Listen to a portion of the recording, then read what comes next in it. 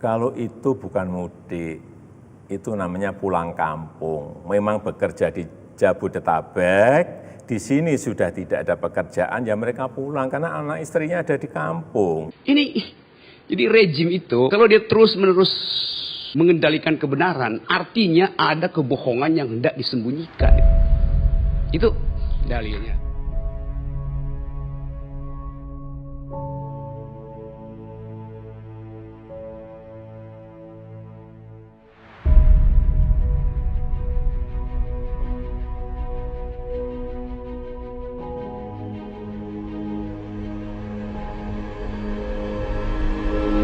Menyiapkan obat dari hasil riset dan pengalaman beberapa negara agar bisa digunakan untuk mengobati COVID-19 ini sesuai dengan resep dokter. Obat tersebut akan sampai kepada pasien yang membutuhkan melalui dokter keliling dari rumah ke rumah, melalui rumah sakit dan puskesmas di kawasan yang terinfeksi. Saya sudah minta kepada BUMN Farmasi yang memproduksi ini untuk memperbanyak produksinya. Pemerintah juga sedang mempersiapkan infrastruktur pendukung, yaitu rumah isolasi dan rumah sakit. Wisma Atlet Kemayoran siap dijadikan rumah sakit darurat COVID-19 dan juga sebagai rumah isolasi pada nanti Sabtu malam 21 Maret 2020. Nah, kalau kita balik tadi pada problem kita mau cari semacam deteksi awal apa yang menyebabkan keadaan ini jadi semacam causa celebre, dirayakan, dilihat, ditonton sebagai problem sinopsis dari bangsa ini adalah acara ILC malam ini. Di dalamnya kita bisa taruh semua variabel. Kegugupan pers untuk mengungkap peristiwa yang sesungguhnya, menyebabkan fantasi orang tentang ada sesuatu di belakang itu, yaitu pasti politik itu. Saat ini obat ampuh untuk melawan virus corona belum ada. Tapi penyebaran corona dapat dicegah dengan kedisiplinan yang kuat dari kita sendiri. Ya, disiplin diri. Mulai dari disiplin menggunakan masker, disiplin menjaga jarak, disiplin hindari kerumunan, dan ini harus dilakukan secara bersama-sama dan terus-menerus, tidak boleh terputus. Seperti yang sering saya sampaikan, bekerja dari rumah, belajar dari rumah, dan beribadah di rumah. Tadi ada istilah yang diucapkan Pak Mahendra tadi soal too good to be true. Sebenarnya itu judul lagu. Tapi kemudian itu sering dipakai untuk semacam pleonasme. Kalau kita terjemahkan, lu terlalu sempurna untuk dipercaya gitu. Jadi keterangan yang diedarkan tentang kegilaan dianggap itu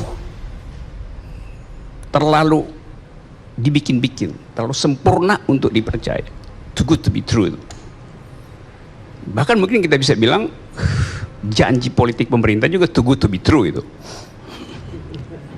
Sehingga orang kehilangan kepercayaan itu. Apapun yang diucapkan penguasa, it is too good to be true. Alias bohong itu. Nah, kecemasan itu yang kemudian masuk di dalam pikiran publik sehingga orang nggak lagi peduli apakah keterangan kedokteran itu sebagai scientific evidence punya daya eksplanasi pada publik, atau ILC opininya yang justru mampu untuk meyakinkan publik, atau mimpi di siang bolong itu yang ditunggu orang. Kita nggak tahu yang mana keterangan resmi itu. Di dalam kekacauan orientasi itu masuklah fantasi, yaitu ini adalah semacam persiapan Republik sedang hamil tua. Isu hantu komunis diucapkan di situ. Dan pada Januari sampai barulah pertengahan Maret ada kesadaran bahwa ini memang benar, bahwa ini masalah udah serius. Tapi 2,5 bulan itu yang terjadi disinformasi oleh pejabat tentang keberadaan corona. Nah, pada waktu kita mulai sadar itu, kita bukannya nutup arus turis, arus pekerja dari Cina, malah izinkan, malah ada rencana mau kasih insentif sekian miliar untuk membantu meningkatnya turisme. Yang kedua, kita nyewa buzzer, jumlahnya cukup besar. Bayangin masalahnya corona, masalah kesehatan, yang disewa itu buzzer. Ini pemerintah pikir dia bisa menyelesaikan masalah dengan misinformasi dan buzzer gitu. Dengan pandangan sebelumnya, terutama yang secara samar-samar pro pada pengendalian narasi melalui kekuatan negara. Sorry, suara saya agak batuk. Jadi sebetulnya kalau kita agak tenang sedikit, kita mencium ada semacam kepanikan di dalam rezim ini. Orang panik biasanya ingin cari pegangan apa aja, kayak orang hanyut, dia mau raih apa aja tuh. Entah itu kaleng bekas, hanyut, batang pohon. Jadi kepanikan menunjukkan ada krisis sebetulnya tuh. Itu dulu poinnya. Gimana Pak Rizal Karni, saya ingin menyatakan satu hal, bahwa sebelum ada corona, ekonomi kita udah masalah. Saya bicara dengan Ketua Asosiasi Tanah Abang, Glodok, dan lain-lain, rata-rata penjualan udah drop. Sejak tahun 2017, 18, dan 19. Saya pernah tanya, rata-rata 50-60 tahun, pernah nggak dalam sejarah hidup Anda mengalami kondisi gini? Mereka bilang hanya sekali, pada masa akhir Bung Karno dan awal Pak Harto. Loh, bukan 98 jeblok.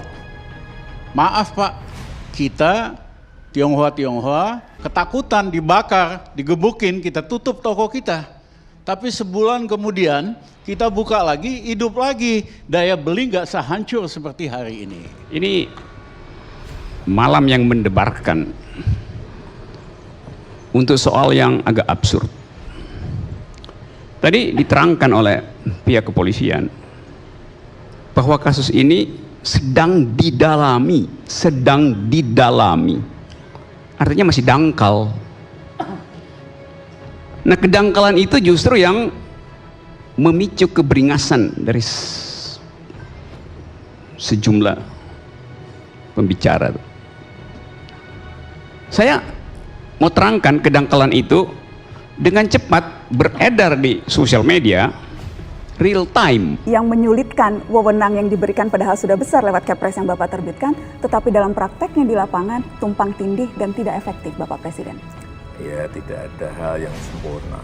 Saya kira yang selalu saya evaluasi mana yang kurang, saya perintahkan untuk segera diperbaiki, plus minusnya mana yang baik itu yang kita pakai. Tetapi sekali lagi bahwa pemerintah tidak bisa bekerja sendirian, pemerintah pusat tidak bisa bekerja sendirian, kementerian tidak bisa bekerja sendirian, harus melibatkan pemerintah daerah, provinsi, kabupaten, kota, sampai ke tingkat desa, RT, RW, dan seluruh masyarakat. Ini harus terlibat semuanya, ini pekerjaan besar. Ya, lebih penting untuk melihat dari sudut yang agak lain, soal justice.